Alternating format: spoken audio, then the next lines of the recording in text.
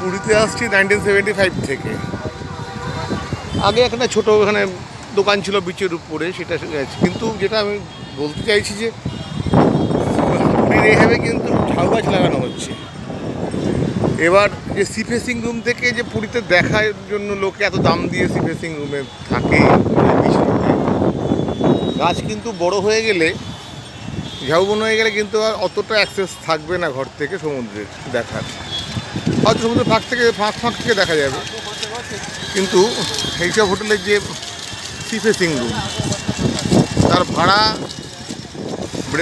Complimentary ব্রেকফাস্টও দেওয়া যায় না, কারো ভাড়া 4000 থেকে শুরু হচ্ছে, প্লাস জিএসটি 8,000 টাকা অবধি ভাড়া খালি সি ফেসিংয়ের জন্য।